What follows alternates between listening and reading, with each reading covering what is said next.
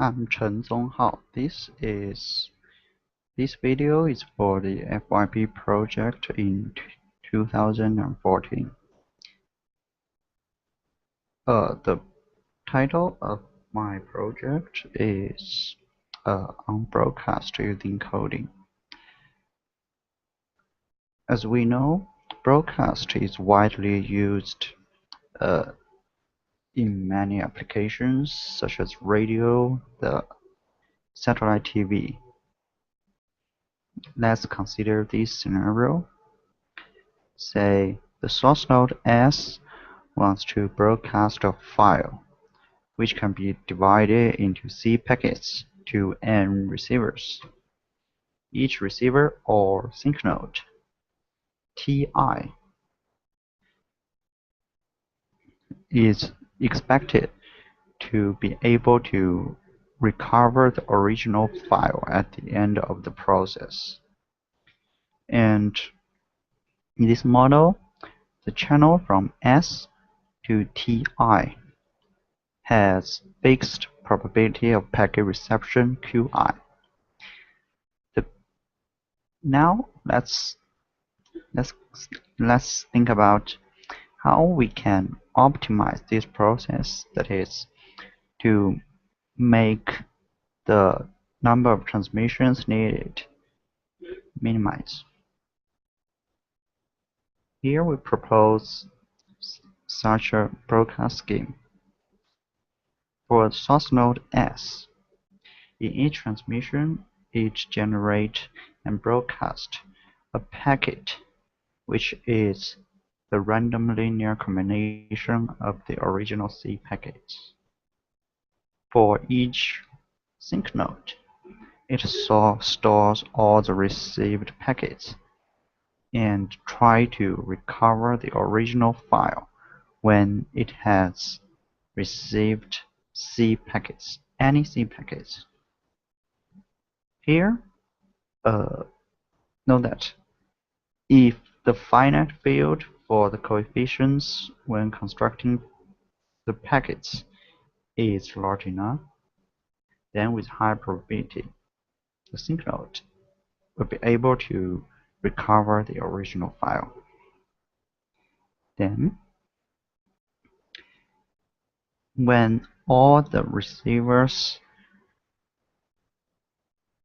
are able to reconstruct their file, the source node stops broadcasting. Now, here is a question. What's the expected number of transmissions needed in this process? This problem is actually much more difficult than it looks. Now, let's start the analysis. Denote capital Ti as the number of transmissions needed for sink node Ti, small ti to recover the file. And what we need, the expected number of transmissions, is the expectation of the maximum of all the NTs. Then we have this result. It's straightforward. The expected number of transmissions is this, the first formula, where GIM is the probability that Ti is larger than M. Now, we see that this expression actually consists of infinitely many terms. So, in practice, it is impossible to do the calculation. What can we do? So, our objective now is to find a good way to estimate this value. Let's see what we can find in literature.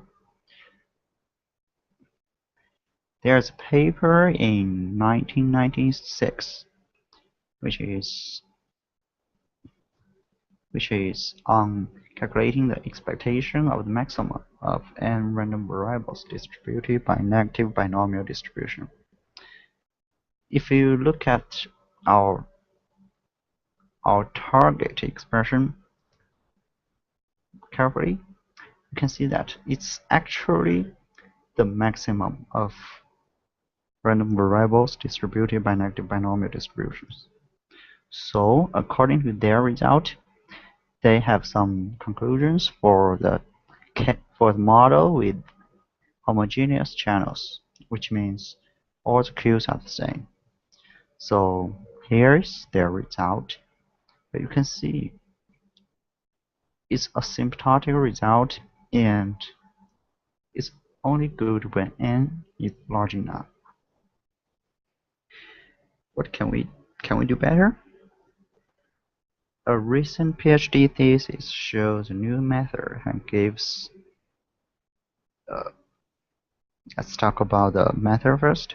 So the author adopts stochastic ordering.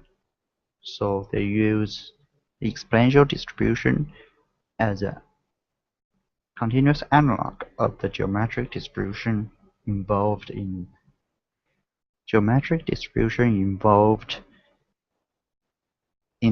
the calculation.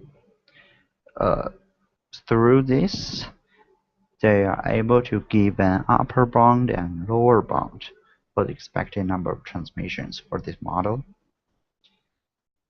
They are able to show some results for models with not homogeneous receivers, and that's good.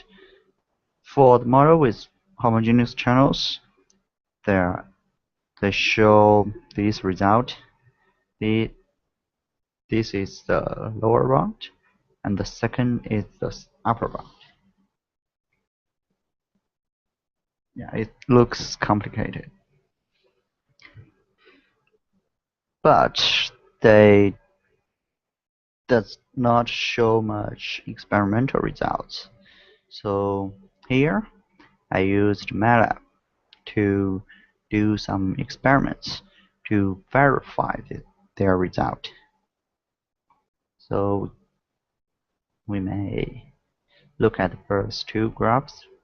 So the red line is the upper bound, the black is the actual value, the blue is the lower bound. You can see that in general, the upper bound is better than the lower bound.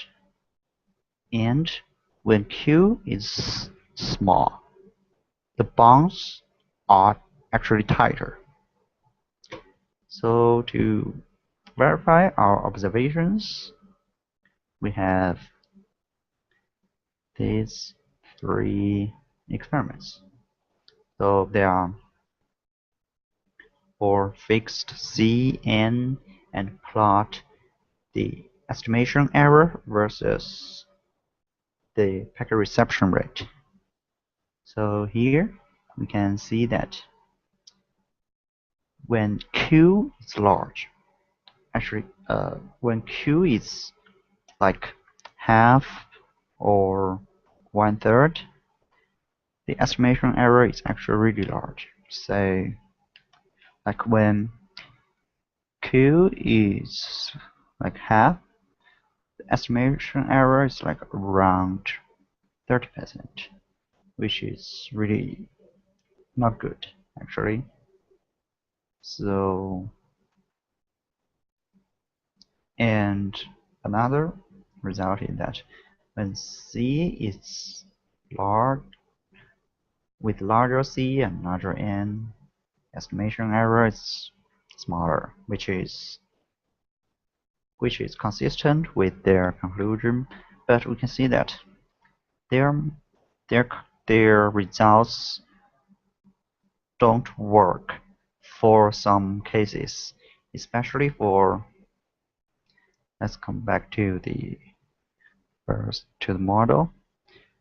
If this is a small-scale network, which means n is small, and if the file is not really large, say C is not that large,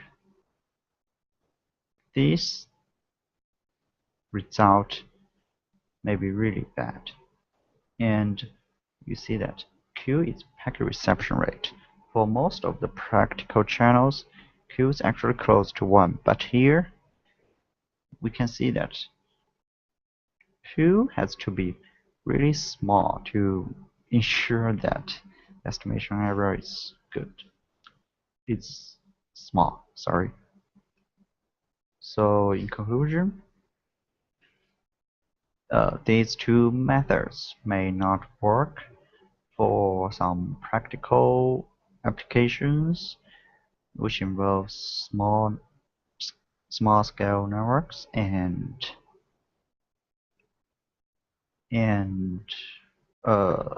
large packet reception probability. This is the end of the introduction to my project. Thank you.